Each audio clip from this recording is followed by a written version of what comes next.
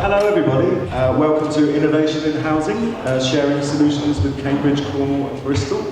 Thank you everyone for coming, it's great to see so many people here. I'd like to introduce myself. My name is Martin, I'm one of the directors of the Community Land Trust and a member of Bunker Housing Co-op. And this is Rita. I'm also a director, trustee of the Brighton Hove Community Land Trust, and welcome everyone. We're going to find out today, we've got speakers from councils and from community-led housing, as you've heard. People are going to share their experience, how they achieved what they achieved together over the years and what people are up to today. We will hear how strong relationships have developed between the council and community land trust, how social value and best consideration is used in community-led housing, how loans from the council can support all sorts of affordable housing, very interesting stuff, how an award-winning co-housing project was developed on land once owned by the council. We've got speakers from Bristol, Cornwall and Cambridge, and an opportunity to ask questions at each session. So we're going to start with Bristol. I'd like to welcome Keith and Kelly. So Kelly Thomas from Bristol City Council. My background is in the delivery of affordable housing, so I've spent the last 25 years working in registered providers, which is housing associations and local authorities delivering affordable housing. And then I landed at Bristol City Council a year ago to lead in the delivery and to drive community-led housing and self-build, the two together in Bristol, because there are lots of overlaps. So you may well ask why community-led housing. You get asked the question, why do we need it, what's going on? Something that's widely accepted that there is a broken housing market and the current arrangement is not delivering. So currently you've got RPs, it's called registered providers, housing associations. They're providing for the most needy in society and absolutely needed, and they've got to bang the numbers out there because the levels are homeless. Often these homes are at 80% of market value, which is not necessarily affordable to people in work, and it's just not providing for all sectors. You've then got private developers that are obviously delivering for those that can afford, but they're not focused on sustainability, environmental factors, and they're certainly not focused on building community. It's just whatever people will sort of pay for in terms of boxes. Private rented sector, we all know the problems with the private rented sector. People are trapped in paying other people's mortgages. It's just not secure, major problems, lack of quality, lack of security, no stability, etc. It's just not good enough for people. So there needs to be something else, and community-led housing is a new sector that's now emerging, and it's a sector that's absolutely needed. Historically, registered providers would do a lot more community work, and there has been a move away from that due to the numbers required and the shift towards delivering lots of numbers rather than engaging with community and delivering more community schemes.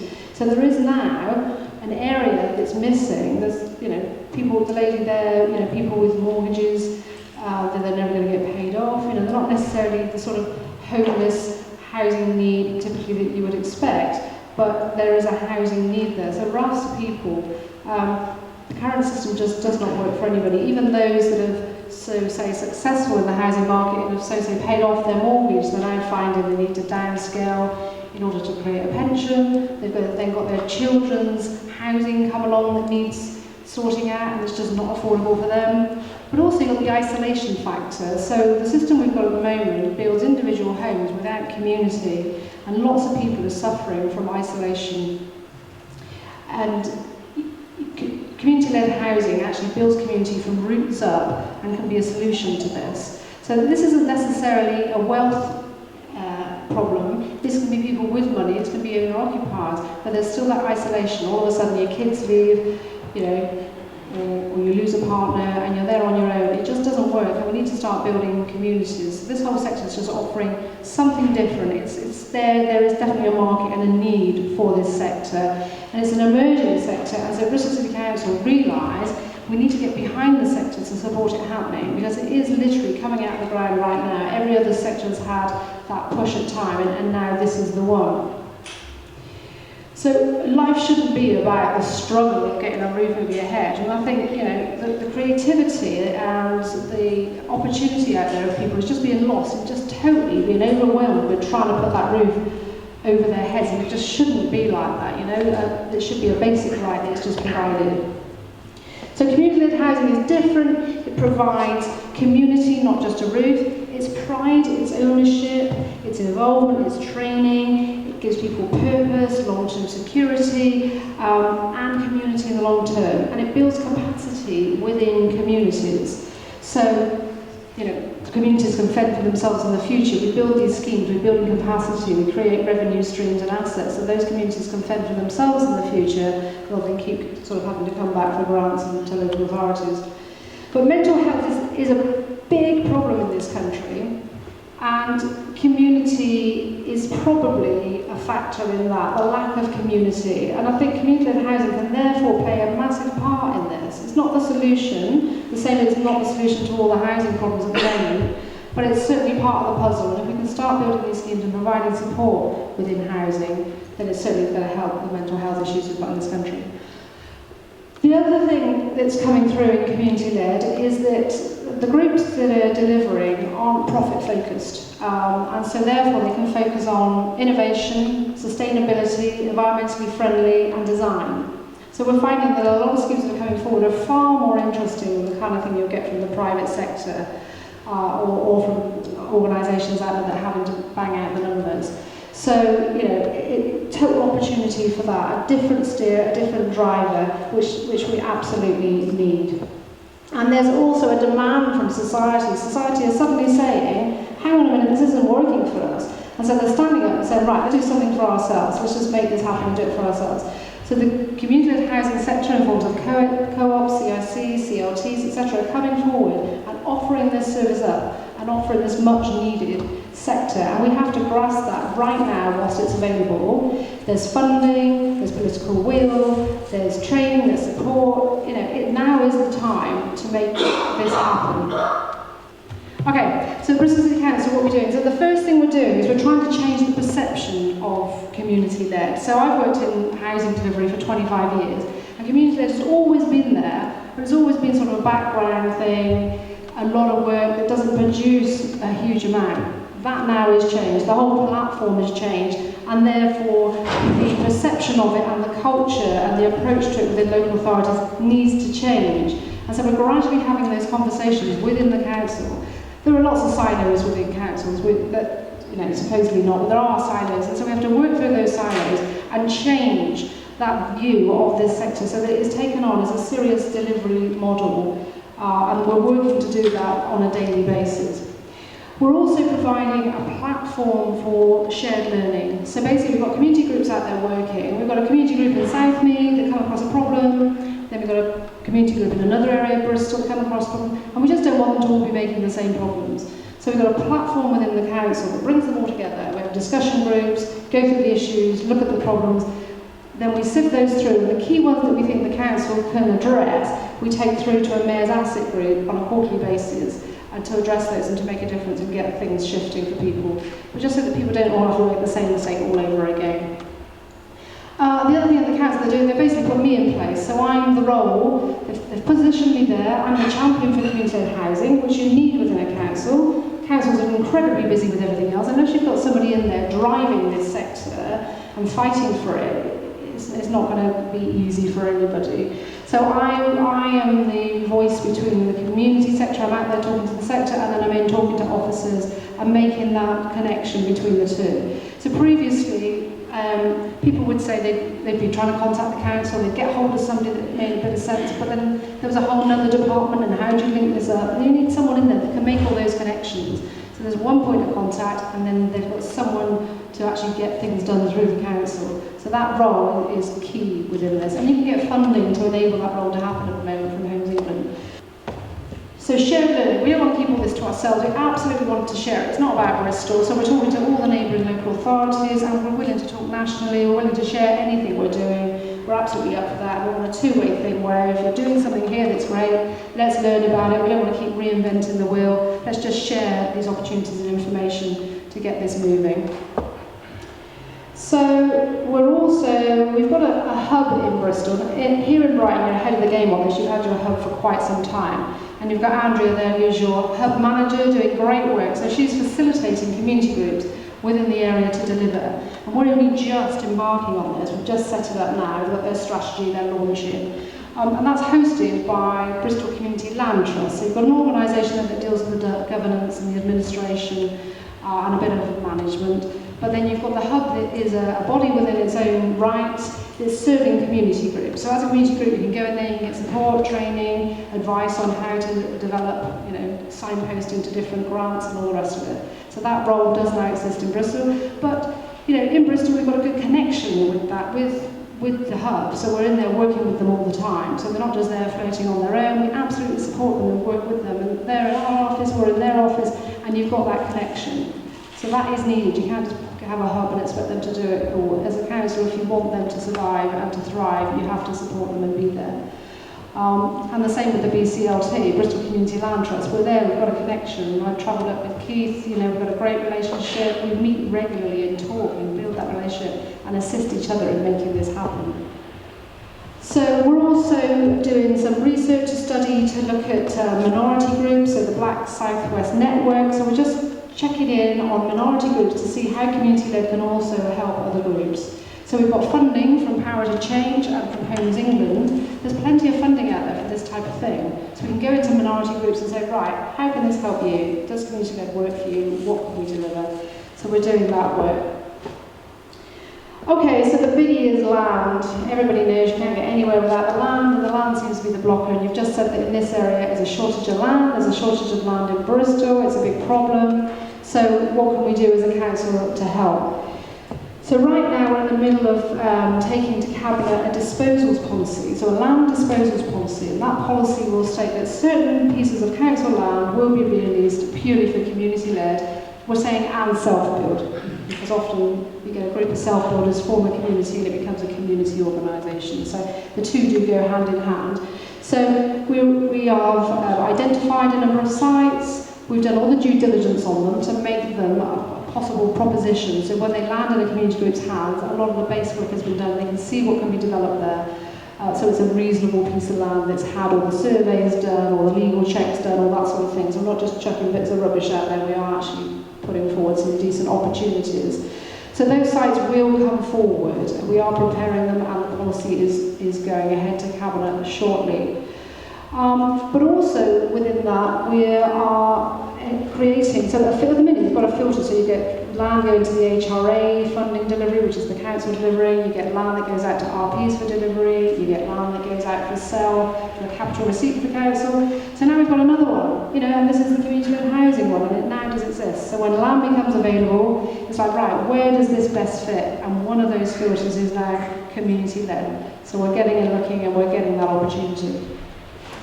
And then, obviously, difficult to compete in the market for land, and so we're looking at social value. So the council have already got a social value policy focused around procurement. So if they're going out for contracts, they don't have to take the cheapest one. They can look at the value that's been presented within a procurement offer, within a tender, and say, well, actually, there's value in that, and they monetize that value, and so they can take the contract that makes sense rather than just the cheapest one that came through the door. So we've got that social value policy already in existence for procurement.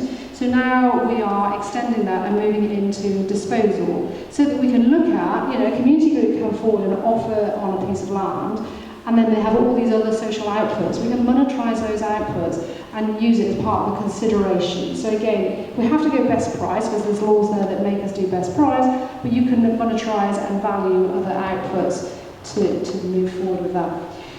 So those two things together, we're thinking will be game changers in terms of opportunity for community groups. And then we've got the local planning review. So through the planning review, we are exploring an urban exception site. So, for instance, to build on public open space at the moment, you just can't do it. Nobody tries. It's just years and years of lobbying, and you never actually develop it. But we're saying now, well, actually, if a community group come forward and they have public open space that they see it better for housing, and they bring it forward as a proposal, then we will look at it. We will look at it in planning. And I've got an example of one in a minute that we are doing. It's actually in for planning, so it is happening in real. But also community spaces. So trying to get planning on something with a community use change is difficult, but if it's the community bringing it forward, saying, as a community, this is what we want it for, then again, we're open to looking at it. And then also also sort of underused industrial distribution areas. We're happy to look at fringe areas of that for community-led. So this is going through, it's not through, it's in the local planning review, but obviously the will is there, the intention's there, and it's there written, it's been circulated, it's out in public circulation, and the intention is to take that forward and get it into policy. So that's what we can do in terms of public land, and then you've got private land, so what can you do out there with the private land?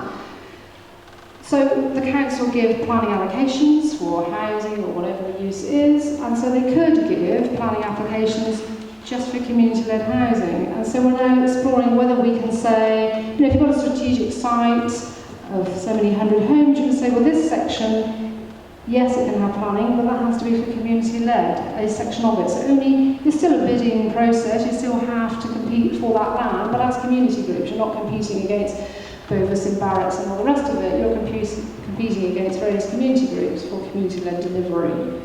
So that totally provides opportunity and it enables this to happen. We're also exploring whether we can get developers to have to be obliged to deliver self-build. So if they've got 100 units, we'll say, well, 5% of those have got to be self-build units. So it's self-build, but then you can get a community group together to build those. Often people come together and form a community group to deliver. And we've got an ambition, Lawrence Weston, we've got a neighbourhood plan. And in there, they're ahead of the game, so they've already said any units, any schemes over 30 units, 5% have to be self-build.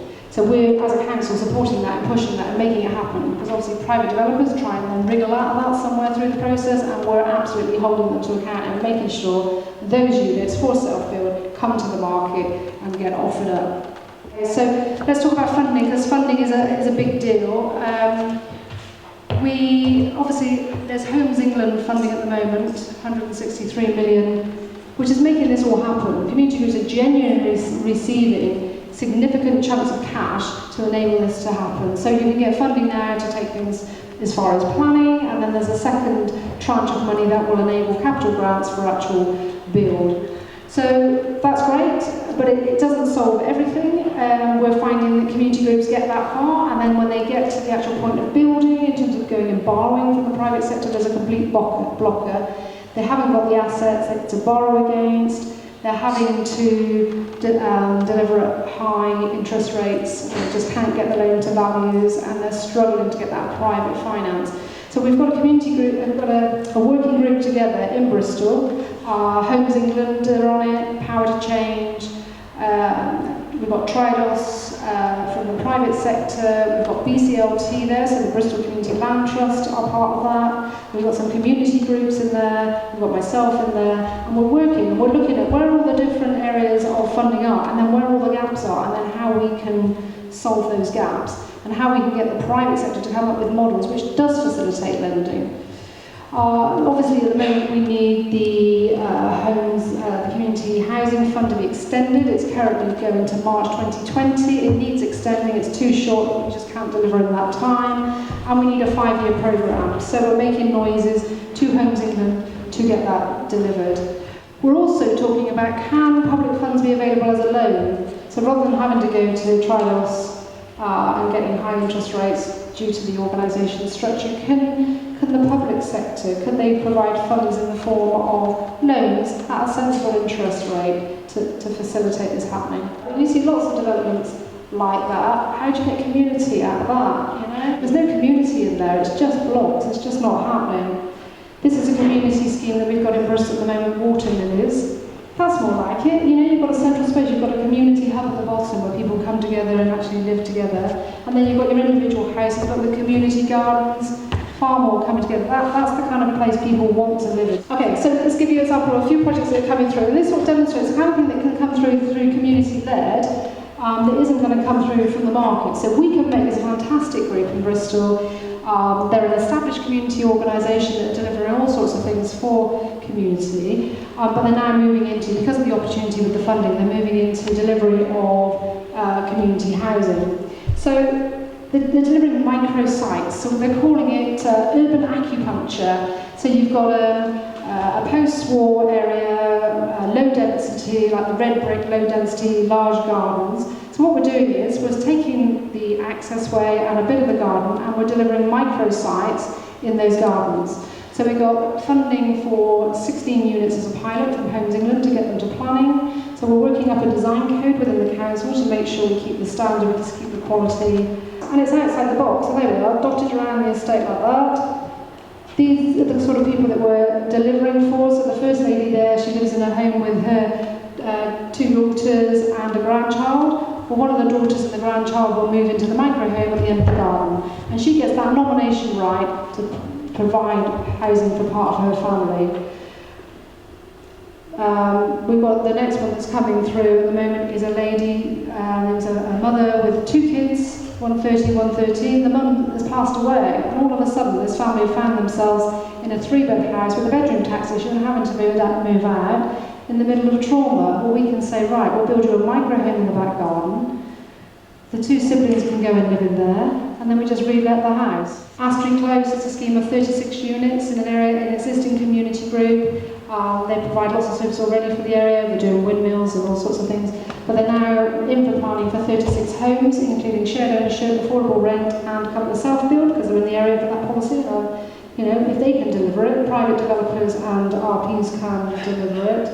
Glencoe Square, this is like a windfall site. So basically, community-led housing opens up the opportunity for windfall sites as additional housing. That is just a piece of land, it's public open space, it's like a patch of grass really. It's sort of said that it's, you know, it's just not used. People will put the odd dog on it. And the community have come together and said, right, let's deliver some housing on this. This is a significant scheme. So phase 1 is 120 units. We've got a health centre going in there and a library. The overall scheme will be 300 units, and this has been brought forward by the community. This is huge. And it's on a site that would never have got planning from any other form. So that's additionality, it's helping with the targets for the government, and it's community-led regeneration, it's not imposed. You've got training in there, you've got local volunteers, you've got all sorts going on. This is one, Emmaus in Bristol, so they're a homeless charity, and they haven't got any land, so they said, fine, we'll put it on the roof. So there's their building there, and they're doing 2 units, they're going to use it as Airbnb to create an income for themselves, and then they're going to put more units on the roof of their building to house people, homeless people. You know, we're definitely thinking outside the box, and these are micro homes and modular homes. We're trying to get the CO2 down, trying to get the sustainability products in there. Shall I stop there? Or, yeah, I think I've run out of time. Okay, so hopefully. Okay, we've been asked to talk about the relationship between the council and the community-led housing sector and how it was built. Obviously, we're in a very good place in Bristol, and it might not be unreasonable to say that it's one of, if not the best place in Britain to be trying to build community-led housing. But it wasn't always thus, of course.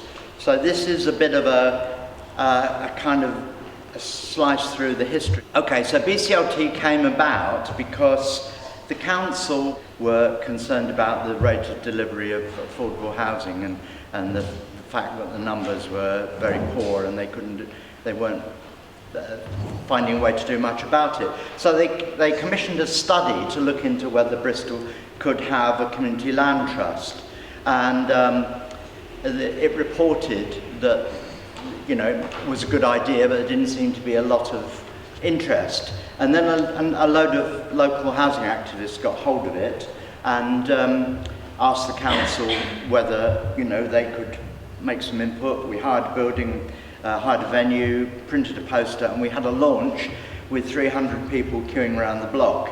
And that gave rise to, the cabinet member for housing was present, was very impressed, and that gave rise to a beginning relationship working with the council where they provided funding for a worker and a £300,000 venture fund to go out and bring forward sites. Bristol CLT formed a board of activists with some housing professionals, and it had 2 stakeholder organisations, the council and a small housing association, and that was very important in early building of capacity and credibility. And practically there was no route to land acquisition for a new organisation except getting land from the council. So having been in effect the midwife of the CLT, the council accepted it would need to provide discounted land, and it offered us a range of sites over a 2-year period, which was a not exactly successful process. There were a number of problems, as you can see.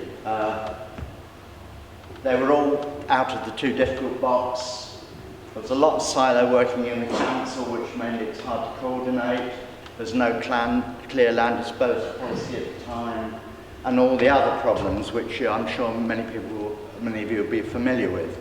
Eventually, we settled on this attractive site. It's on the edge of a park. We designed this scheme called Fish Ponds Road. You can see on the right-hand side is an old church hall type building, which we converted into 6 one-bedroom units, and a terrace of new 3 and 4 bedroom houses. Terrific help from lots of bits of the council, the housing delivery team, the solicitors, the highways, but we needed to come in from the back of the site, and we needed a ransom strip over the Parks Department depot. It became a bit of a problem, and it took a recourse to a full cabinet meeting to get us a ransom strip out of the Parks Department. And as a quid pro quo, we had to rebuild their car park, create new parking places, rebuild stone walls, and they were initially asking us to build new toilets in the park. So here we are, building our first scheme, conversion of the village hall type building, terrace of new 3-bedroom houses, working with our tenants to design the external areas, and this is what it looks like today. In the meantime, we started to work on another site while this was in process, which was an even more difficult site, an even larger site, and it was tied up with Bristol City Council's attempt to win the Green Capital of Europe competition. So there was a very complicated bidding process involving lots of green elements to the scheme. But in the event, there was only one bid, which was the bid we made with our housing association partner. So we won the right to develop the site. And it was this site. As you can see, it's locked on 3 sides by houses, on 4 sides by a railway line.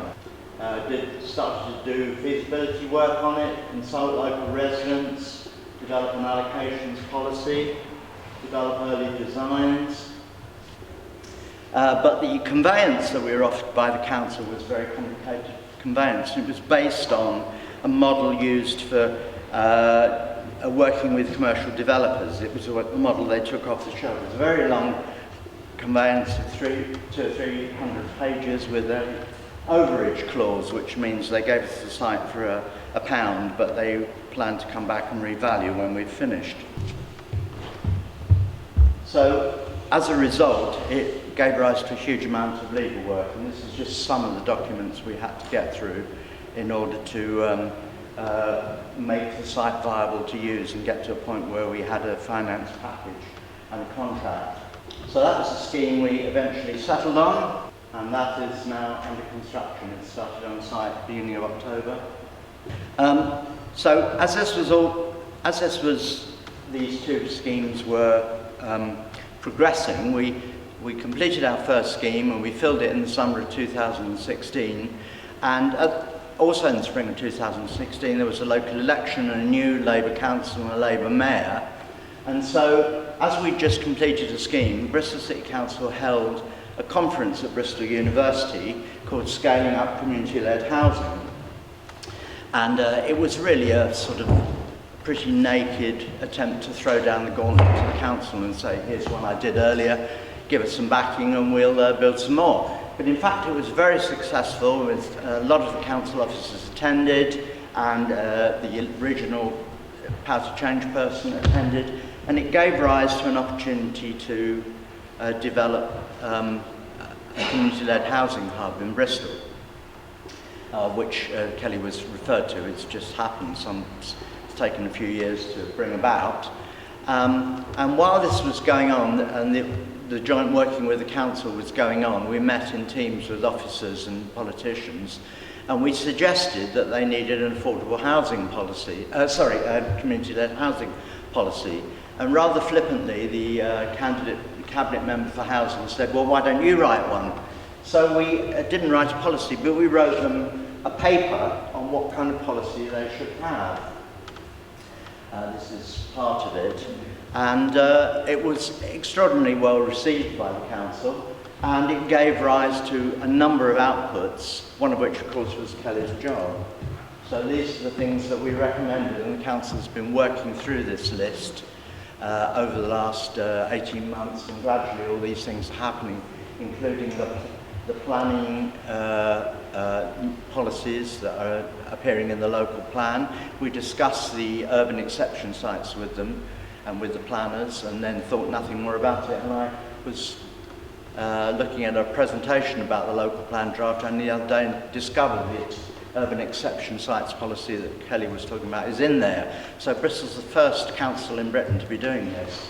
So they really are taking what we wrote and what we suggested extremely seriously and working through a list, and as Kelly said, building a joint working platform to make all the elements of the community-led sector more powerful and more possible. So we're going to take 2 or 3 questions now.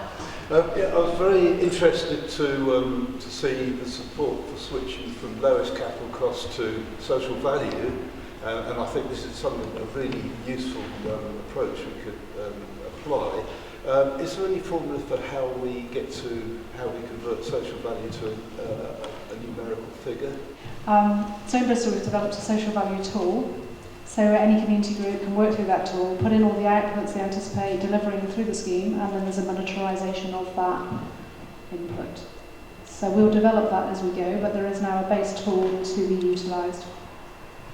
So, it's all about social value. We've got to start delivering social value now. It's not about bottom line economics. We all realise that doesn't make anybody happy, and we need to be looking at different outputs, different outcomes, and valuing those. There is a huge value to this stuff that's just ignored in tenders, in land disposal prices, and all the rest of it. And that has got to change. As a society, we all recognise it, but trying to change that in policy and make it happen is different. So people aren't happy in the current system. None of this is making anybody happy, and we're imposing this on our own selves. So we just need to change it. We just need to start looking at different factors and valuing them, putting a figure to it, as you say, so that we can push forward with that. Does that go into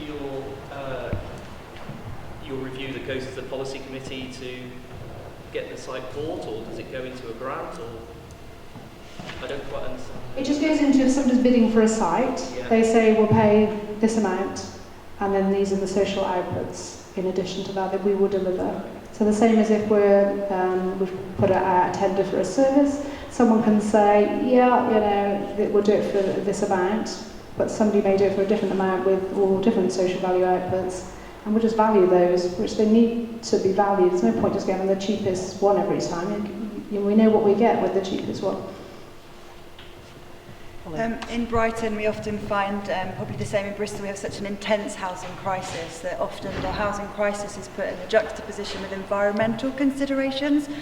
So I wonder, you said that it seems that naturally that there is that the environmental considerations are often taken into account with community-led developments. Is that something that's happened naturally, or have your councillors received any specific training about how to deal with the climate crisis whilst considering housing need?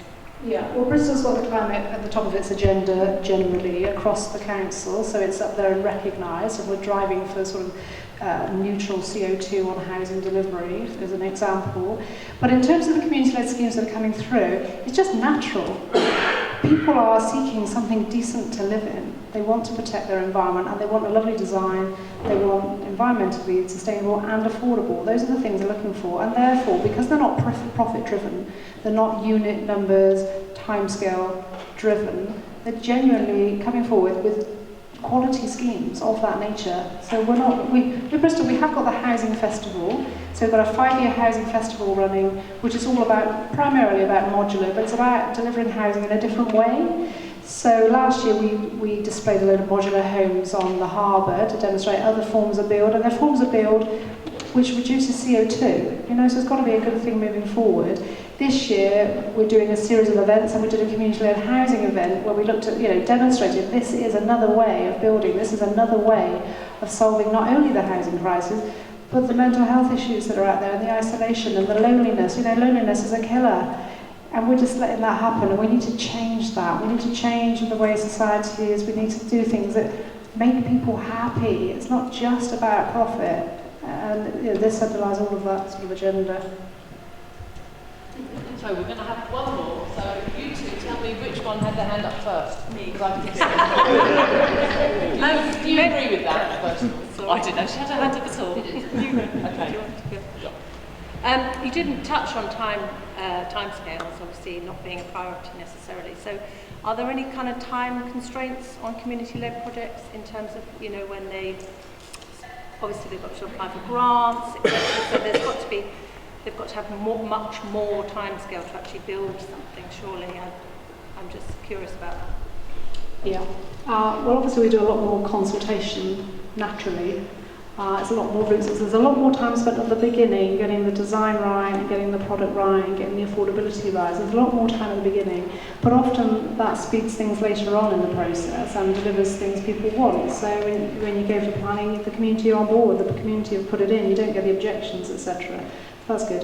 But at the minute, we're all working to a crazy deadline of March 2020. So the government have put significant funding in. There's a £163 million community-led housing fund pot that has been provided to get people to planning and then to help acquire land and deliver. But it was March 2020 deadline, and development is a long process for anybody. And often community groups are working with very difficult sites, and it just takes longer. Even a private developer or an RP wouldn't be able to develop some of these sites in that timescale, and now we've got that deadline hanging over us. So we are pushing to get that extended, and we're also pushing for them not like another year's programme, but we want a 5-year programme, so we can actually get some proper development happening within a sensible time frame. The other factor that's relevant to timescale, of course, is if you use Homes England funding, because the Homes England mainstream funding system for affordable housing is primarily developed for a national infrastructure of substantial housing associations. And the problem we came across with our second scheme, which I was just showing you there, was that we had an agreement for £1 million worth of funding into it, but of course that ties you into some very tight timescales and deadlines and milestones. And because of the land contract and all the legal obligations that threw us into, we couldn't get our finance package agreed in time to hit the milestones. So we've had to revert to a situation where our partner housing association is building the scheme for us in the short term. And that's because, the mainstream funding systems all have very tight timescales. In Brighton Hove, there's a massive appetite for new housing, and we've got an affordability crisis, which I guess is probably very similar to Bristol.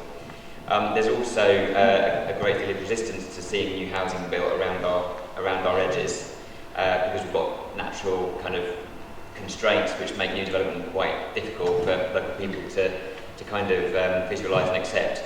And I was just wondering, are you finding that with the approach that you're taking in Bristol, that it makes local communities more receptive to the type of housing that is being built than they otherwise would be if it was just private sector developers doing their normal thing?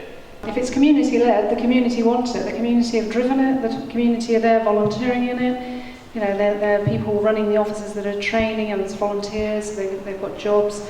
And we've got local lettings policies, so it's for local people, and it can target specific needs in an area. So the Knoll one, for instance, targets people that are overcrowded, and then they can house part of their family in their own gardens. The Ambition Lawrence Western one is for people in Lawrence Western and people there working. So when it goes to planning, those people aren't going to then object, because obviously they're part of it.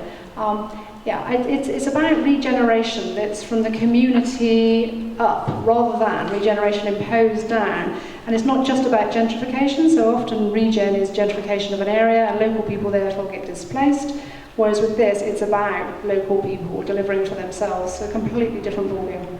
All right, and without further ado, hi, it's over to you, Noreen. No, is it okay for me to start? Can everyone hear? At the back. Brilliant. Well, good afternoon, everyone. I hope the event is going well there. My name is Noreen Jeffries, and I'm Rural Housing Labourer with Cornwall Council in a 5-year post funded by Hove England from the Community Housing Fund. So one of my primary tasks is to work with it to facilitate an increase in the level of affordable community-led schemes developed in areas that are needed. So, making a start with Cornwall Council's approach to community-led housing. So I'm pleased to say that community-led housing enjoys strong support here at Cornwall Council from the Chief Executive and Director level down. So Homes for Cornwall is one of the 5 key priority areas in the Council's business plan. Now, as you see on the second column in Homes for Cornwall, the 4th item down, the Council business plan records support for Land Trust to deliver homes, and it specifically mentioned that Land Trust are a delivery partner in this objective. So in Cornwall, we recognise that communities themselves are best placed to come up with solutions to address local housing needs. And this ties in with rights and powers that communities enjoy under the localism agenda. So this is where we see an increased role for community land trusts in empowering local communities to make decisions about what should be built, where it should be built, and who it should be built for. So Cornwall Community Land Trust, CCLT, was established in 2006 as an umbrella CLT for Cornwall to provide development services to local groups and bring forward development opportunities for themselves and work as development agents for other CLTs. So, Cornwall Council provides annual financial support to Cornwall Community Land Trust. So this takes the form of funding for capacity building as well as feasibility funding. CCLT and ourselves liaise closely to review performance and identify any issues causing barriers to successful delivery. So one issue became apparent early on, and that was CCLT's lack of access to development finance, which was hampering their progress. So in response, Cornwall Council introduced the Community Land Trust Revolving Loan Fund in 2009 with a total fund pot of £4 million.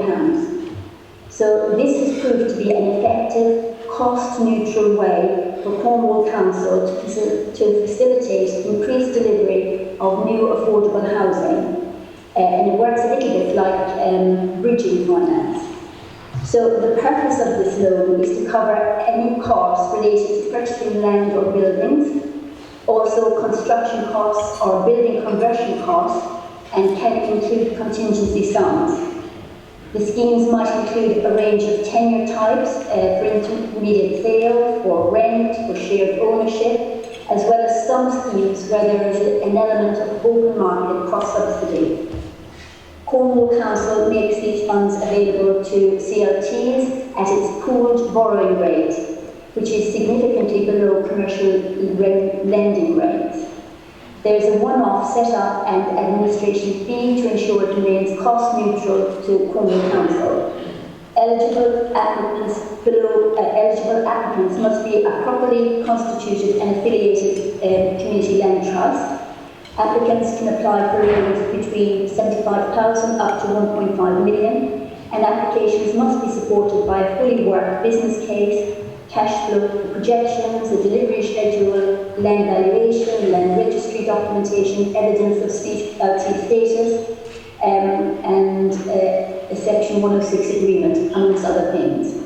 So loans are subject to immediate charge being secured, and the loan must be repaid within 12 months of practical completion. So to repay the monies, if the houses are built for sale, then selling the houses will repay the loan, or if the houses are built for rent, the drawdown of long-term finance will then repay the loan. So once we get the money back, the capital is returned to the loan fund, return to the loan fund for reuse by another scheme.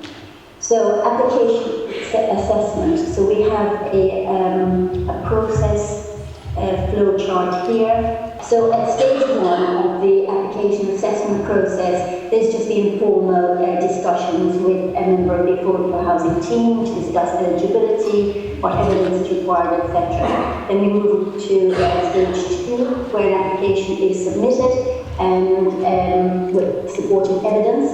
And an officer reviews the application using a standardised loan application appraisal form. So, and we do that for consistency. Once we're satisfied and the application is taken to a loan advisory board for approval in principle, subject to further analysis of business case, cash flow and value for money appraisal. So on that loan advisory board we have the head of housing, housing delivery manager, senior representatives from accounts, secretariat and legal. And the responsibility for approving an application rests with the Housing Service Director, but approval has been delegated to the Housing Delivery Manager in practice. So at stage 3 then, we have every successful application requires a templated loan agreement and legal charge agreement to be completed by legal reps for both sides, and at this point fees are incurred. So stage 4, we have the payment and monitoring, and schemes that benefit from this funding are monitored against cash flow prior to the issue of stage payments. They're also monitored against time, expenditure, quality, social outcomes for reporting purposes. So to date, this 35 units have been built using the revolving loan fund, with more schemes in the pipeline. The approximate total value of these borrowings was £3 million, which has been paid back in full. The next mechanism is the Community Housing Land Remediation Grant Fund. So another key issue that was identified as a stumbling block to delivery was brownfield sites being rejected due to the significant investment required to remediate abnormals. In response, Cornwall Council introduced the Community Housing Land Remediation Grant Fund as part of its investment strategy to attract delivery partners and bring forward formerly rejected sites. So the purpose of this grant funding is to help CLTs, amongst others, to unlock sites which have expensive to remediate issues, and these could be lead contamination, capping of mine shafts, ground stabilisation, flood alleviation, etc. So funds are available up to £30,000 per plot on a first-come, first-served basis for various tenure types, so shared ownership, intermediate rent and intermediate sale. And the total grant fund value is up to £1 million. And again, these funds cannot be used for construction costs. So land remediation grant application process. So applicants need to provide a viable business case for the overall development, not just for the remediation element, because we have to see that the overall scheme is viable. And they'll provide supporting evidence, for instance, evidence of site ownership, site plans, specialist reports and surveys in connection with the remediation work, evidence of the cost produced by quantity surveyors, evidence of community support, a risk matrix, and online value for money assessment. So the reviewing officer uses an application assessment form in order to standardise the reviewing procedure, and the affordable housing manager has delegated authority to approve schemes. So we currently have a couple of schemes going through the process, with more in the pipeline. Successful applicants are required to enter a legal grant agreement with Cornwall Council. So from our experience today, we've learned lessons, and there have been several iterations to get both schemes, the revolving loan and the grant fund, to where it is now. Some of the lessons learned: although the money is being made available to community-led housing organisations through our revolving loan fund and our land remediation grant fund, it takes a long time to get the word out to relevant groups. and for organisations to submit their applications. So I guess if other councils were doing this, we would probably advise them to consider a high-profile launch to highlight the availability of this kind of support, and also to prepare information leaflets that they can circulate which outline the main features of the schemes. So future plans is an ongoing review process, and now we're looking to the future. The next key issue would be how to secure land that comes on the market, so CLTs and other CLH groups don't miss out. In response, we are currently looking at options for funding land acquisitions on behalf of community-led housing organisations to address this issue.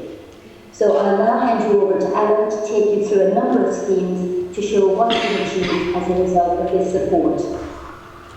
And thanks, Noreen. I have to say that since 2006, we've had an enormous amount of support from Cornwall Council and the predecessors, which were Cornwall County Council and the local district councils, not only in funding my post for a couple of years, but also in the various grants and loans that they've given to CLT projects.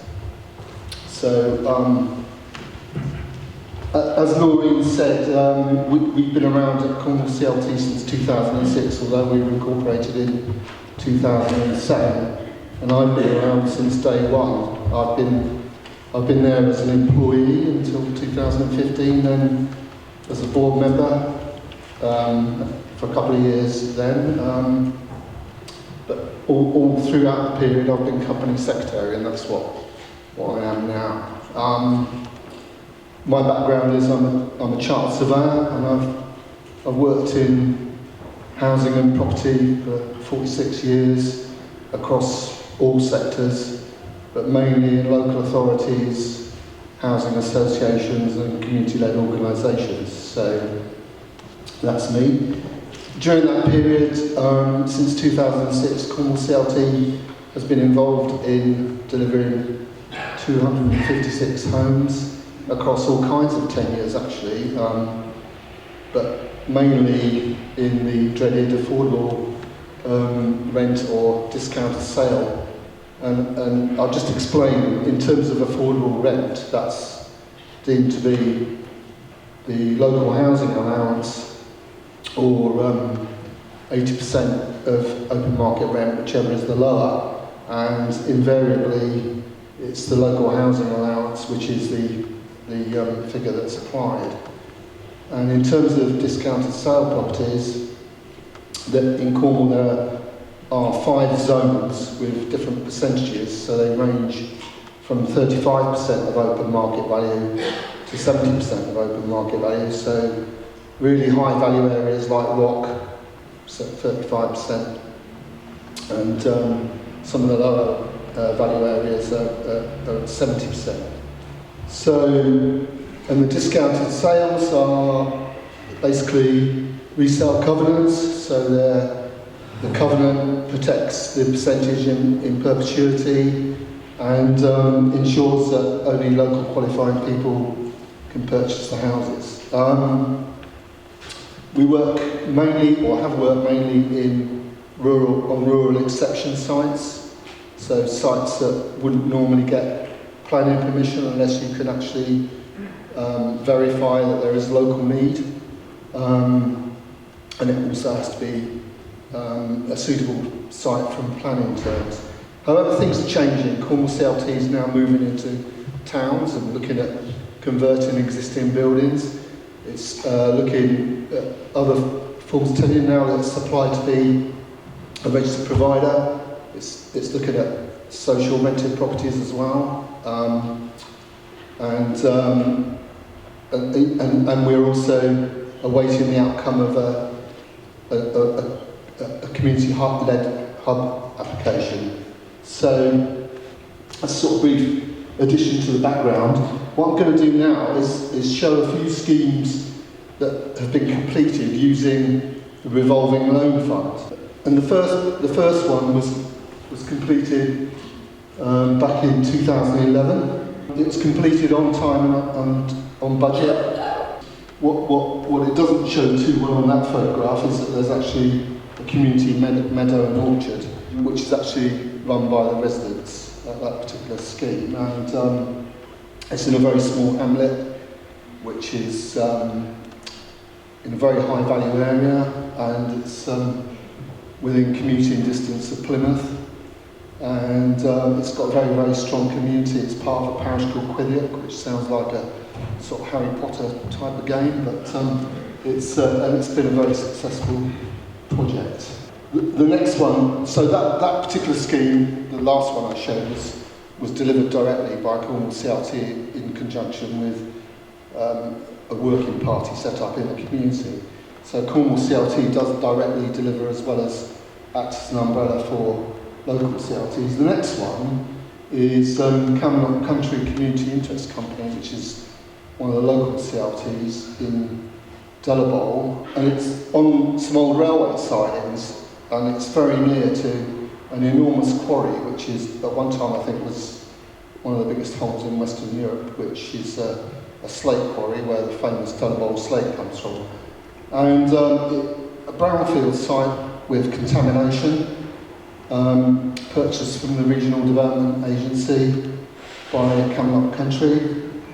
This one was for 14 affordable homes, which were discounted sale and rent. Actually, the rent ones, you'll be pleased to know, are social rent, because they were sold on by long lease to Cornwall Housing Limited, which is the housing arm of Cornwall Council. It used to be one of those arm's length companies which was set up, and they've been expanding quite rapidly, and we've done a number of schemes in partnership with them, and their rents are actually set at social rent level. This one is an interesting one because at that time the revolving loan fund was £1 million. It later went up to 4 million. And of course, we hadn't, when it started on site, we hadn't quite paid back the previous loan that was being paid as the properties were sold. And there wasn't enough to provide the development finance for this particular scheme.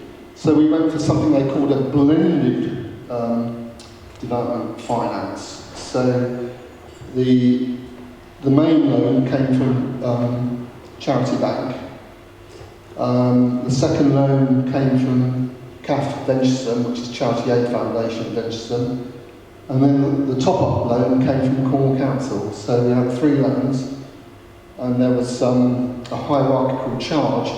So all these loans are charged against the land until you sell the properties or secure the long-term finance. And in this case, the first charge was Charity Bank. So as soon as that was paid off, the second charge was CAF Venturesome, and then the final charge was Cornwall Council. And eventually it was all paid off, and everybody was happy. And the affordable rental homes, as I say, became managed and owned by Cornwall Housing Limited. So the third revolving loan scheme I've got was again a local CLT called Land's End Peninsula CLT, and it's on an infill site in Pendeen, council owned, so the land was purchased from the local authority with one of those overage agreements that we heard about earlier, which meant if there was any surplus at the end of it, it was shared between the CLT and the local authority. Again, a small scheme, 8 affordable homes, development loan from the revolving loan fund of 972,000, and again the rental homes, which were 4 homes, went to Cornwall Housing Limited.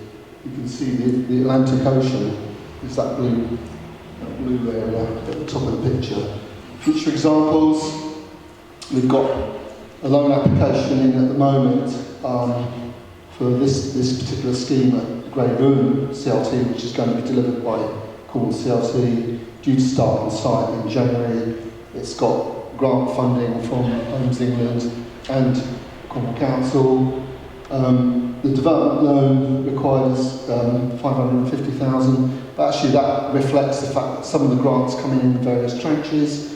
There is a remediation grant application in on this one as well, and everything will kick off as soon as we have the long-term finance in place. There are other pipeline schemes coming through at the moment, and also, as Noreen said, there are also there's various advantages of a revolving loan fund from our point of view, in the fact we've got nominal arrangement, legal and monitoring fees in setting up the loan. The interest rates are now between 4 and 4.5%, which in comparison to other development finance is very good. And there are no non-utilisation fees. So even if you borrow from ethical banks, they will usually catch you with a non-utilisation fee, because they let you draw down on a monthly basis, and what you haven't used you pay interest on, as well as what you've drawn down. So from our point of view, it's really advantageous, and it's also really useful when you're negotiating with other lenders to know that you've got the Cornwall Council revolving loan fund there. It gives you sort of extra cards in your hand. And then, as Noreen said, there is now the potential, which we're in discussions with, about using the revolving loan to land bank, and to also buy buildings that can be converted into housing scheme. Thank you very much. On a number of the schemes there, it looks like you've sold the properties to Cornwall Council, or the arm of. My question is, why would they not have developed those themselves? Well, that's a good question, actually. I think it was... we still work with Cornwall Housing now, actually, on some of our projects. So I think it's basically using our development expertise in putting a project together, and also having that local community land trust having their sort of input from the community's engagement point of view. And I think that there was a question earlier about the NIMBY factor. We do occasionally get NIMBY situations, but generally speaking, with the community-led aspect of these projects, you don't. I mean, in the first project at Blunt's, there's like a couple of millionaires living each side of it, but by engaging them in the process, they didn't object when the planning application came in. And at Moorland Close, the third one, the one near the Atlantic, there was a couple of people living nearby that didn't really want to see that particular open space turned into housing. But when it was explained, when the Community Land Trust visited every single person, there were consultation events and community engagement events, but actually visited every single person living in the area and explained that there would still be an open space, but it would actually be improved as part of the development, and also a much better public footpath was being provided. So there were all kinds of elements to the project which were of community benefit, wider than just the housing. And I think Cornwall Housing have latched onto that. I mean, the council does have its own development arm as well, but we work very closely with them. So in a lot of cases, up to now, the rental properties that we've produced through the Community Land Trusts in Cornwall have been with associations, whether they've been Cornwall Housing that charge the lowest rents, or whether it's been with some of our trusted housing association partners. Usually they're small, locally based associations.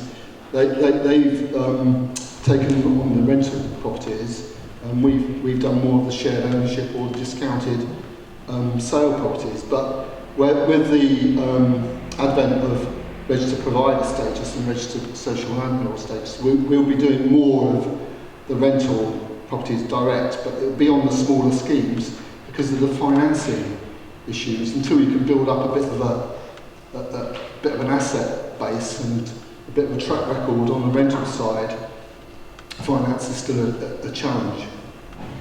Yes, I'm interested in the protective covenant.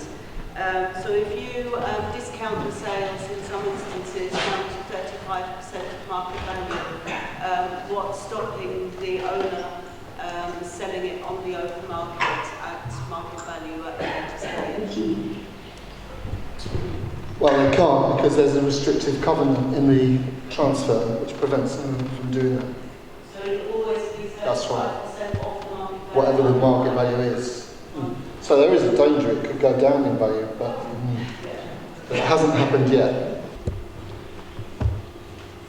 Right, well we're going to co-present now about Marmalade Lane, and so it's going to have seamless interchanges that are going to go on now.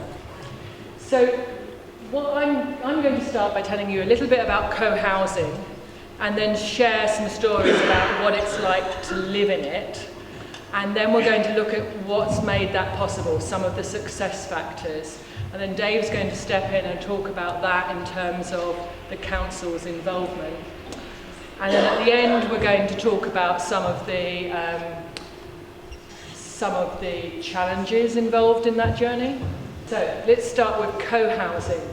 So here's a sort of archetype of co-housing community, and what you have is a blend of private homes and shared spaces, shared grounds and a shared house, normally called a common house. So that's your typical co-housing community. And while there's a real emphasis on that, the shared facilities, there isn't a shared economy, so it's not a commune or anything like that. And one of the typical features of co-housing is that residents are involved right at the outset. They're involved in that design process, and so that gives a real strength to the community. It's already building along the journey before you move in. And part of that process is making sure that the design really supports social interaction and the building of community. And at the heart of the community is the common house, and that enables people really to come together, eat, socialise, hold meetings, which are an essential component of a co-housing community. So, we moved in December, January, so we're not yet at our 1 year anniversary. And these are some of the pictures around what goes on in the life of communities. And there are all sorts of activities that people often spontaneously will share, and people will come along and get involved in. So we've got some images of one of my neighbours in the kitchen. I think that is pumpkin and squash from the communal gardens being prepared. We've got an image here of Marmalade Lane and a summer celebration out in the lane, bring and share, very nice social activity. Here is a Saturday night.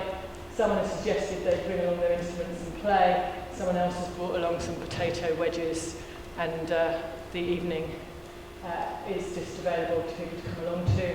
And here in the lane is, it gets used for football. So clearly we have fun, but we also get up to other stuff, because one of the things about living in a community is it does give you an opportunity to pursue your passion.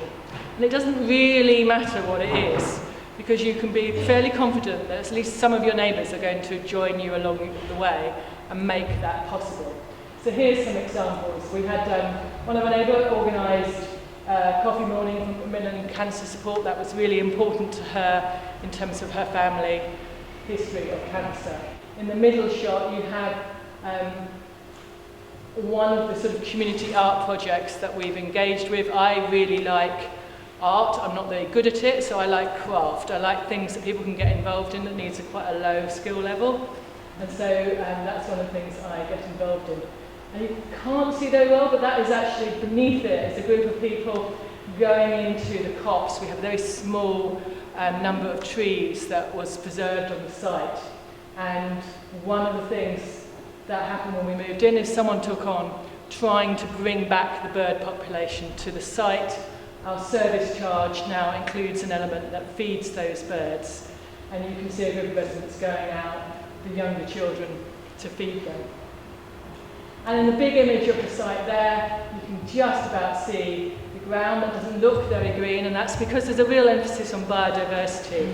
And so the desire for that land is to have a combination of both lawns for play, but also wild meadow, and that is definitely a project that's going to take us a while to realise. So you can get a sense of some of the things that goes on, and here is a picture of working together, because one of the things that builds communities is not just having the opportunity to eat together and socialise together, but actually working together on a project is really important, and you can see different elements of that. This is actually me learning how to swim. And over here is somebody who's an RE teacher but really likes art, so she's decorating our doors. And then we have various people who are really just handy at doing things, which you always need. And then finally, the other thing about living in a community is, as I've said, the opportunity to follow your passion. And it's not all about fun and socialising, some of that's quite serious stuff. In that gloomy picture up there, that's actually our monthly rubbish collection, which we do around the Orchard Park area where we live, and we're gradually getting more and more people in Orchard Park involved in litter picking, which is really great. Up next to it is a picture of us with a giant hedgehog, and that is a result of an environment project in Orchard Park, trying to make the connection between the impact of rubbish on our wildlife, and we still have hedgehogs in Cambridgeshire, and we have some in Orchard Park, and that was the output of that environment day as a community art project. It was then hosted by the co-housing community because it was seen to be a safe place to leave a giant hedgehog, but also people could wander into the community and take a look at it, and they were confident that we would look after said hedgehog. And we now are actually looking after, as of today, very exciting news, we're now up to 3 hedgehogs that are too small to survive hibernation this year. They're now in our plant room, which I'm sure is not an approved use of our plant room, but nonetheless, we are now host to 3 quite small hedgehogs that need twice daily feeding. And that's very much a sort of typical activity in the co-housing community. On Tuesday, 2 arrived. My neighbour was on the way down to do her laundry. She saw something was going on, got joined in, never actually got to go home. Her washing finished. By then she'd volunteered to be part of the hedgehog feeding crew. So these things happen very naturally and very spontaneously living in the community. Down here is the shared electric car. 10 households purchased that in the summer, very much about trying to reduce our footprint, and one of the ways that the community was designed was to really incentivise us, so if we can reduce the number of cars we own, we gain more for our shared garden. And that's our younger community members active on the streets. So that, I hope gives you a sense of the community now, what is, I suppose, 10 months in. But actually it was like that. This is not 10 months' work.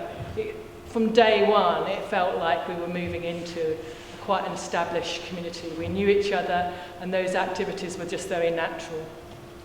I feel a bit of imposter because I'm neither a housing expert.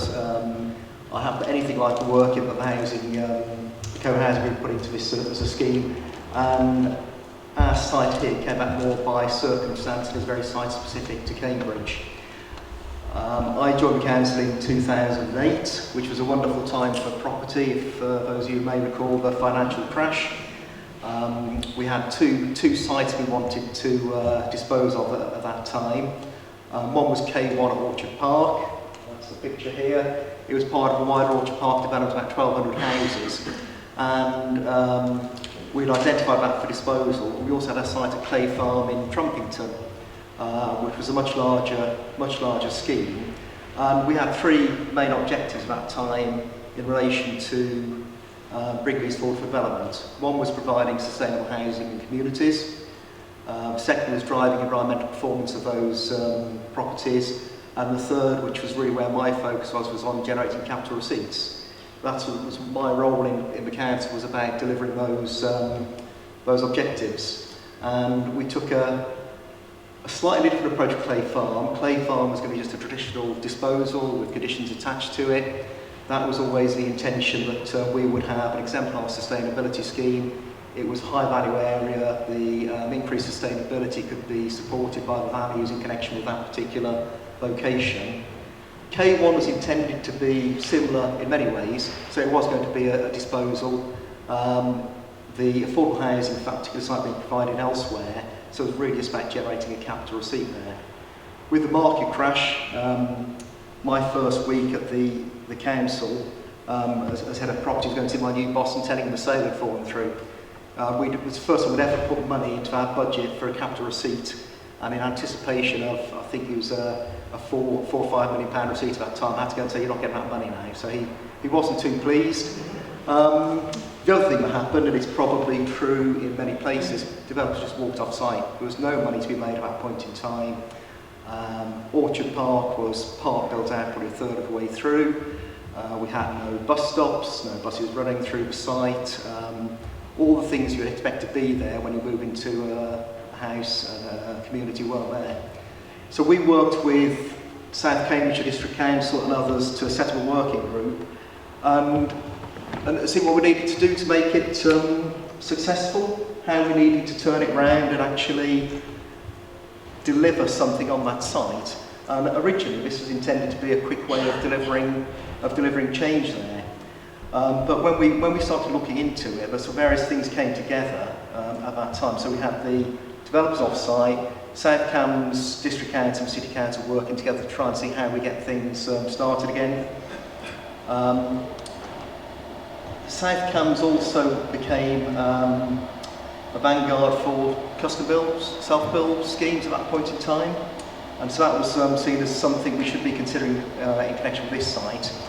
And then our councils went to some conference and they bumped into a gentleman called Stephen Hill from C20 or C20 Future Plans. Who, if you know Stephen, he's been very involved in co-housing, self-build in many areas. And he embedded this idea of co-housing with our councillors, and they came back to us and said, right, we want to see what we can do in respect of the K1 site. Is that something we could achieve there? And we talked about co-housing, and I think the first co-housing community in the UK was in 2000. For about 20 schemes around the place now. And in Cambridge, we had a co-housing community looking for a site for about 20 years. Hadn't been able to find one, desperately wanted to do a scheme. So we had good contacts locally who could help us try and move this site forward and engage with us. We took the report through the committee process. We were Lib Dem controlled at that point in time. Cambridge is either Lib Dem or Labour for many, many years. And we had unanimous support to say, let's go down a co-housing route, about how we're going to deliver it. What experience did we have in doing that? We had none at all, so how could we make this happen? So we worked with Stephen and another gentleman called Adam Broadway, Instinctively Green, and some of the local co-housing group to see what we could do. And the outcome we decided on was, rather than the council trying to deliver this ourselves, we felt an enabled co-housing scheme would be preferable. And that was where we'd work with the co-housing group, help them form, help them get their group together, work to develop a design brief, and then dispose of site to a developer who then deliver the scheme. So the risks would pass off to the developer, but we still had that community-led input. We still had the co-housing group really influencing what we did with that particular scheme. Funding-wise, the City and South Cambs agreed to fund some provisional work around making it sort of doing the viability on the feasibility, working with the local co-housing group. And then DCLG gave some community-led project support grants that were available at that time. That enabled us to engage Adam Broadway as a project manager, and also to go down the planning route to work with the co-housing group to get the design brief done, and also get a planning application submitted. At the same time, we were marketing the site. This was going to be a sale. It wasn't going to be something that the council was going to actively be involved with the delivery of construction. So we went through a sale process, and that was working with the co-housing group. We did a marketing exercise to all the normal developers you'd expect to see. We went to housing associations as well. Other bodies we thought might be interested in doing something different on the site. And I think it's fair to say the usual big developers weren't interested at all. We expected them to come and tell us how they would work with the co-housing group, how they would manage the process, how they would deliver a high quality scheme with good environmental performance. And having gone through that process, we eventually, with the co-housing group, selected Town as developer. They ticked the boxes we needed to make this happen. We were confident that they would actually be able to work with our partners in the co-housing group and deliver a really good scheme. The diagram here just shows the general process is fairly straightforward, and this could apply to any accounts. It could be anybody acting in the enabling role. So we worked with the co-housing group, we established it, we helped them to produce the client brief, we sought funding to make that happen. We then do the sale to the developer, and that is that they have to comply with the design brief that the co-housing group have developed, and the planning consent was obtained for the scheme. And then there's a sale on to individual co-housers, and they have to become members of the co-housing community. They have to sign up to that commitment, and Francis will talk a bit more about exactly what that means. And then ultimately, the site, on completion, is held by the co-housing company. They have control of what happens to that site. The council's input stops at that point in time, and the co-housing community move forward and lead on that. It wasn't an easy journey at times. We failed to keep momentum up at different times along the way. Community co-housing group numbers have dropped at some point. So we had to work together and really try and make it move forward and get the interest in the site to justify going ahead on that basis to members. Early days, the workload was very much on the council, but that very quickly shifted to the co-housing community. They had to take it forward and they had to own that. We were doing the sale, they did an awful lot of work, and I have utmost respect for Francis and her fellow residents and the amount of effort they put into getting the design brief done and going through that planning process. They did a huge amount of work in that respect. And I think we got a very good developer in town who worked so well with us and with the co-housing community. I remember seeing the number of options that the individual co-housers could choose from. And it's fantastic. It really was about the community deciding what they wanted, about the use of the common spaces, the use of the shared garden area. It really was a joint effort between those parties, but led by the co-housing community. We didn't subsidise the price, we expected a capital receipt. That was always very clear that we were going to market test and get a decent price for the land. And I think the outcome is that we've been really pleased with the capital receipt. So one of the things you heard from Dave is really around that relationship between the co-housing group, the enabling developer who comes on as a result of a competitive tender process informed by a client brief developed by the co-housing group. And so one of the success factors was definitely that relationship of where you've got committed partners all the way right from inception through to occupation.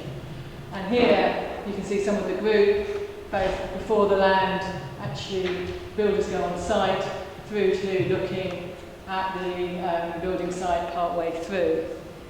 And here you have an image of the group. So one of the things the co-housing group was wanting to achieve was an intergenerational community, and a community that could then be managed by the community collectively. And this model of these three parties working together to enable all of their different needs to be met was a really successful model. And the bit that the co-housing group really had to do was to develop their client brief, and this reflects where our thinking had got to before the site went out to tender, in terms of our thoughts about where the common house would go, the shared gardens, where the parking would go. What we were looking for was obviously a common house, places to cook, eat, meet, socialise together, obviously eat cake, because that seems to be all you do in a co-housing community. You see cakes cooked by other people. And we wanted some guest bedrooms so that we didn't need to have as large houses as perhaps some of us has had before, we wanted a shared laundry, and we wanted spaces to share resources like our tools, all the kind of things you don't use very often. We wanted to be able to share those, and for that we needed space. We were also looking to maximise the space we had for a shared garden. We wanted quite small individual private gardens as a result, and we also wanted to get the cars off the site and put them to the side to create a kind of a car-free lane for the children to play in, but also to maximise the space that we had on the site. And I mentioned earlier there's real commitment to biodiversity, but also to growing, having a productive garden between us that could supply some of the food to the common house to try and join everything up.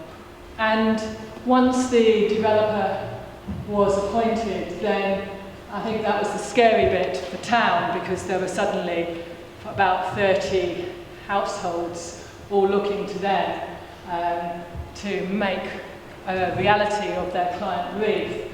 And so over quite an intensive period of time, the group worked through different work streams on different aspects of the project, and that liaison carried on really through the sort of 3 years that was involved, from town being appointed to us moving in. This is really where we ended up. This is the evolution of the layout. You can see the common house, it's that white building in the middle, has moved. The car parking has moved from being at the top to the side. That's very much a process with the planners to get that, what at the time felt really challenging, getting planning. But on reflection, we probably ended up with a better development as a result of the planners' intervention, and it enabled us to make sure that the way the community presented itself, the public face of the community, was enhancing the wider area of Orchard Park while still maintaining the kind of privacy and the sort of communal aspects that we were really looking for. The site isn't a gated community. People walk through, and they'd actually prefer walking through our lane than walking along the neighbouring streets, because it is a much more interesting lane to walk along. There's normally scooters and bikes and the football goals left out and chalk on the floor. It's a health and safety nightmare, but it's really interesting to walk through, and people seem to enjoy it. So modern methods of construction, the best way to deliver this in terms of delivering the environmental and sustainability objectives was to do off-site manufacture. It also gave a lot of flexibility around how the scheme was designed and developed, and the choices that were available to the occupants of the houses. We looked at passive house, and that was considered, but the trestle house model we used actually delivered a significant way towards passive house without the additional cost. And so I think we achieved good environmental performance way above at that time, the 2010 building regs, but without a significant additional cost to achieve that. Car free, I think Francis has covered that. And shared space.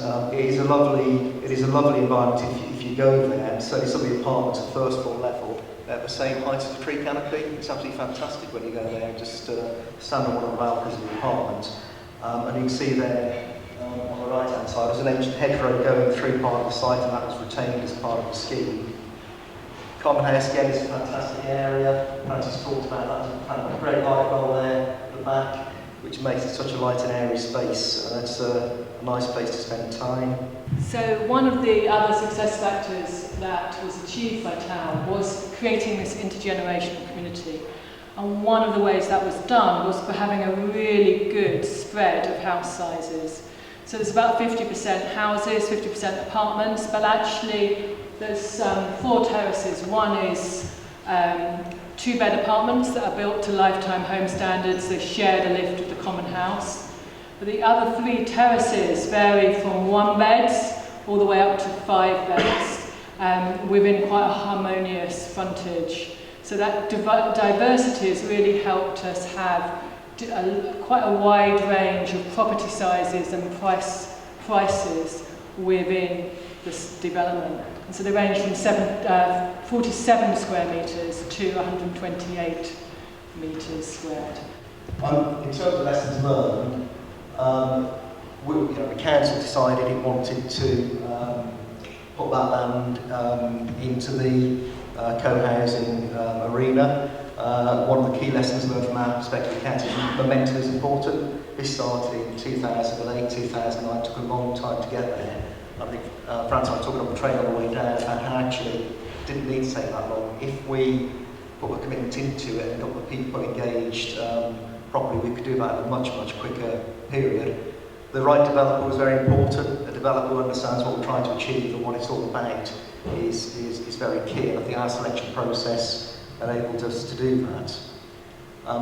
Co-housing groups may need a bit of help getting established and setting out their policies and processes they're going to use, and that's certainly the support from Anna Broadway was instrumental to that.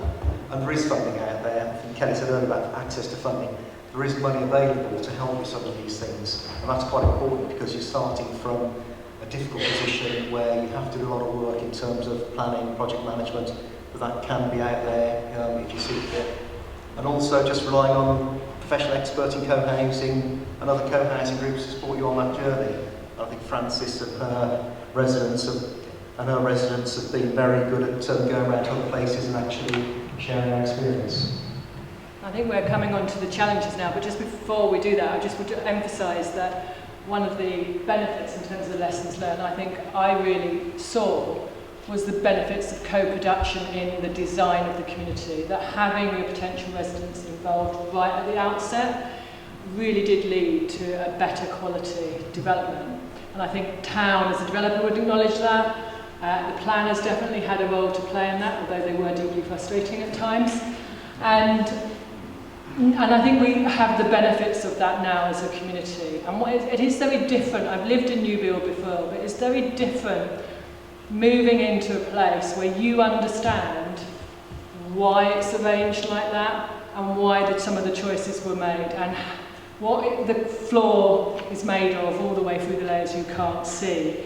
And moving in, day one, we were the first people to move in. We had people knocking on our door to wish us well. Day two, more people had moved in, and we were getting requests to borrow our hammer. And so it was a very early progression then into community. And one of the things that I think was a feature was I thought people would really nest and focus on their own properties and their own gardens, and that wasn't what happened. People focused on the shared spaces because actually that's why they were moving there. They wanted a really healthy community. So in terms of the challenge, yes, definitely it was quite slow until the developer got involved, then it all sped up. We could definitely do that in a matter of months rather than years. No problem about that at all. Planning, as I've indicated. And from a group perspective, one of the things we had to really deal with was there was suspicion in the group about developers, suspicion in the group about profit motive. There were views that they were getting individual custom-built houses when that wasn't actually ever going to be what was on offer. And so we were really having to work quite hard internally to make sure that we managed our dynamics, that we could work with the developer at the pace that they needed to get us into those homes. And the last thing I would say, and it's much more focused on sort of individual purchases in the audience, but ultimately it's an off-plan purchase that you're engaged in, and that has its own challenges, and we really had to work with purchasers to understand that too. What was the completion date? When did you move in? We moved in just before Christmas in 2018. So we haven't yet had our year yet. 10 years. Well, you could argue that it actually took 18 years. So the group founded in the year 2000. So the council doesn't designate the land to 2011. And it doesn't go out to tender until mid-2015. So there's a 4.5-year period when nothing much happens, really. But this is partly because Dave went away and got another job. And it required him to come back to the city council to get that momentum going again. So we definitely lost time in the process. It wasn't all Dave's fault, by the way, but it was really helpful when he came back. So, but once we went through that tender process, then it progressed really quite quickly. I think for me, the only thing that brings the alarm bells is the use of the word developer, and I see it sounds like you've had similar conversations in your group. I'm just wondering if there's any opportunity to substitute CLT or the local council in that role in your flowchart. So we did have buy-in from the local council, both our planning authority and the city council, who was the landowner. I think we were a market-driven site. That's the history of the site. So I think if there had been the ability to do something else, then the CLT, as part of that mix in terms of finding a way to do affordable with it, might be a sensible thing to do. I'm extremely, obviously I work for town, so I'm slightly biased now, but I actually, I was extremely grateful for town's intervention. I moved from Worcestershire to Cambridge for this co-housing community. I first encountered co-housing in the year 2000 with the first one in the UK. It took me that long to find another co-housing community in a location I could actually live in and work, and it actually had land. So when I saw it had land, that was why I wanted to go. But I also had experienced being involved in other groups, which never really got there. And actually, the involvement of a developer who brought that expertise at that critical point and solved the next challenge after land, which is the equity finance and the financing of the scheme, was really significant. And I feel, as a sort of member of that group, that we definitely got what we were looking for. We had a good design brief, and we had a good relationship with a developer that had been picked through a tendering process with both the city council and the group, looking not just at money, but at quality and their ability to work with the group. And we turned down another developer who was bidding, because in that process we could see that they would find it difficult to listen to feedback from the group about their design and really take on board suggestions. So I suppose I would say, I don't think there's any reason to exclude developers from that process. They have something to offer to community-led housing, and if it gets more groups to actually fulfil the dream, I think that's really great. And I'm also not remotely worried that they also make a profit out of it, because I got home. Can I chip in on that? I had a lot of sympathy. We were the developer on this scheme, so we're sort of on the dark side, as it were. But I have a lot of sympathy with what you said about the privatisation of land. I think it's a big problem. It's a symptom of the fact that local authorities are so under-resourced, and land sales have just become a way of plugging budgetary gaps that shouldn't exist in the first place. But with that said, a lot of this stuff actually could be replicated in a situation where you're leasing the land. A lot of this process actually is quite transferable. It could be done with greater or lesser levels of affordability depending on how the land transaction is calibrated. So I would just encourage you to treat this not as a perfect model, because it isn't, but to take some things that could be applied to the work that we do. It's a symptom of the monetarisation of social values instead of the socialisation of money. Yeah, well, I agree with you. Yeah. Well, I think we are going to move on. So can I just respond to it? I think it's a huge demonstration of the success of the benign intermediary model that got you the momentum and professional support you needed. I agree with what Johnny said, which is, from our perspective, the value that's created in all your built products, your houses, is attributed to you and to town. But the value of the land comes from the city of Cambridge and the highways and the water mains, and I don't think, therefore, the group itself is, as a model, is the ideal steward, really. I think the stewardship of land should be a different model. And our scheme that I was showing earlier on is going to be, I think, I keep saying this, nobody's challenged me yet, it's going to be the first fully affordable co-housing scheme in Europe, because everything on the site is either affordable rent or affordable shared ownership. and the stewardship of the land will stay with the Community Land Trust. I was briefed to talk about reflections of today, and I have to apologise. I've got to dash to another meeting in about 15 minutes, or just under 15 minutes, so I might be a little bit hurried. And so really what I've written down is just some thoughts. The first thing is thank you for the invite, and thank you everyone for the commitment. It's been a very interesting day, and it's really welcome to see the energy and the creativity in finding solutions to what is a really national housing crisis. For me, community housing offers some pretty special features. One is community. It's, I suppose, the clues in the name, and the support, and I thought that came out really well, plus the intergenerational aspects that were also emphasised. Also related to that is the engagement, that schemes can be made to work because they should, and usually are, community grounded and based, and arise from a proper engagement with local people living in the area. Another key feature for me is the long-term ownership of the assets by the community. I've already mentioned the creativity, and probably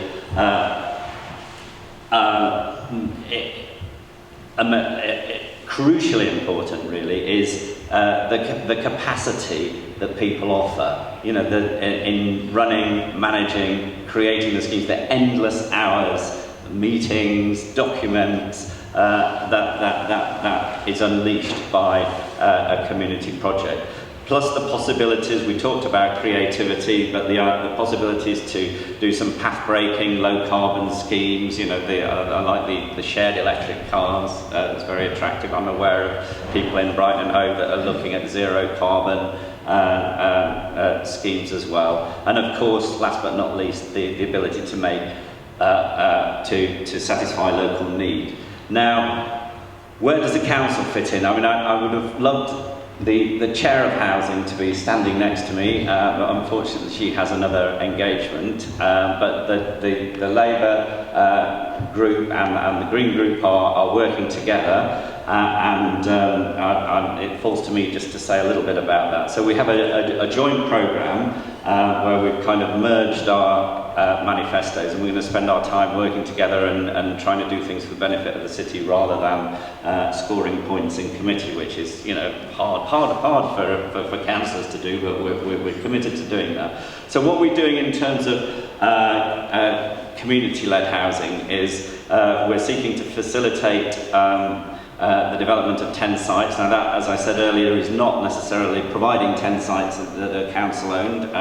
We already have provided some sites, but certainly to work very closely in partnership. And I'll try and come on to that.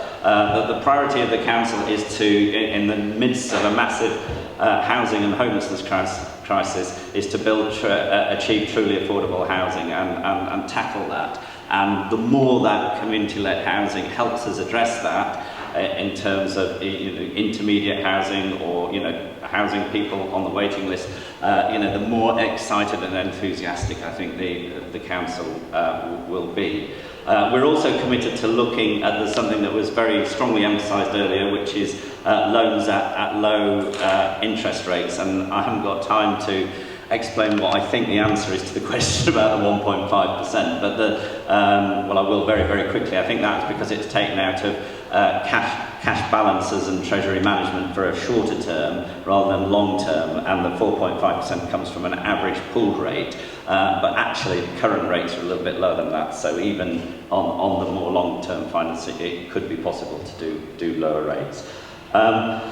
We're also, in addition to that, we're looking at, in the joint programme, developing self-build, and it says specifically with the Community Land Trust, so exclusive partnership there potentially, and that could be quite exciting. So what have I got from today, or what that I'd like to kind of share very, very briefly? And I thought it was very interesting that the idea of having planning conditions for developing sites as community-led, and I think that's something. Planning is, it moves glacially slowly, as people probably recognise, but nevertheless, there seemed like there could be some opportunities there, and I thought that was very, very interesting. I think the centrality of finance has come up time and time again, and I was very excited by the revolving loan fund idea, and as the finance spokesperson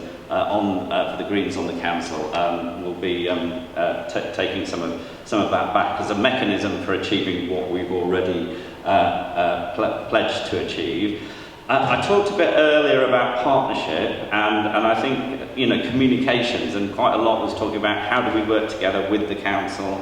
How do we build good relationships, what sort of structures, and I think that's something that, there's certainly a commitment to do, but it's work in progress in Brighton and Hove, and I was quite interested that, if I heard it properly, that one of the community land trusts had council and the housing association on their board, and that might be a way of improving communications and mutual understanding, and certainly I think we're embarking on a programme of more regular meetings, and I think that's an area that I think as a council we need to learn, and we need to understand each other better in order to develop as efficiently as possible.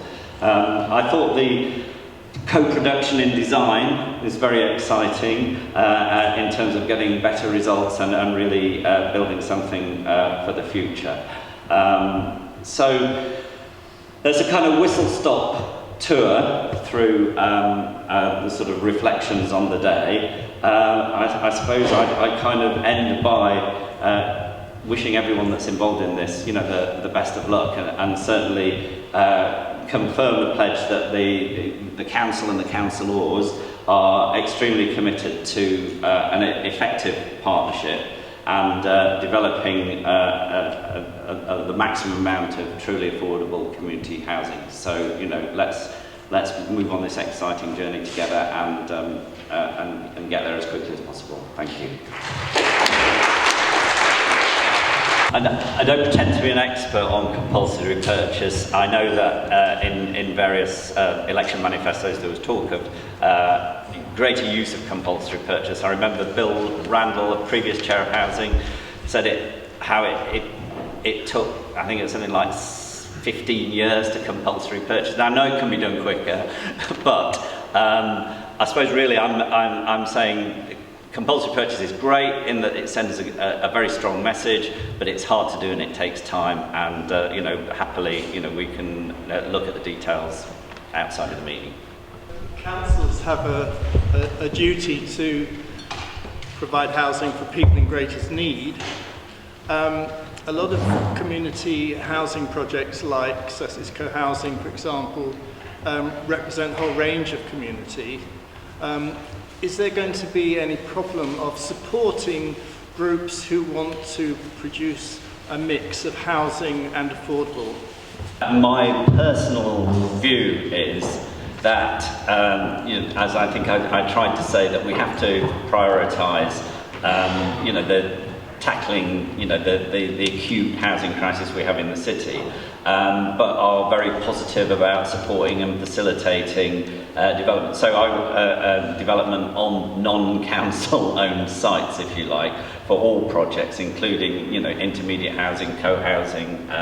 I certainly can't pledge, because we're still the opposition, but would be reluctant to pledge, council-owned sites in that sort of capacity, really.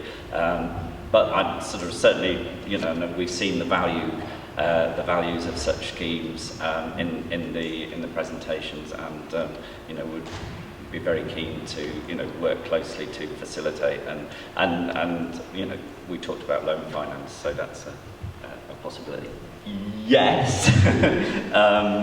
I think that I'm aware that there's been sessions with the planning department looking at how they can facilitate developments, and in terms of the one and also people are looking at how they can move, as I said, this glacially as slow planning system to become much more radical and proactive in terms of what is approved. And Cyril at the back is much more knowledgeable. Economy working group, which will involve councillors and officers, and that working group will report to Housing Committee. But the whole point of it is to look at the most sustainable ways of building and to drive that forward. So just to add to that, it's in the area that we can most control that we're hopefully going to make the greatest achievements, which is our own council house building programme, where we're seeking to get an additional 800 properties over the 4 years, and then we will be pushing for higher and higher standards of sustainability as our knowledge improves and as the technology becomes more available. I'd like to say one more thank you to all the people who've travelled from across the south of England to be with us. Also to Noreen, who did it virtually, but also was involved in the practice virtually as well, which took time and commitment. So let's thank them all.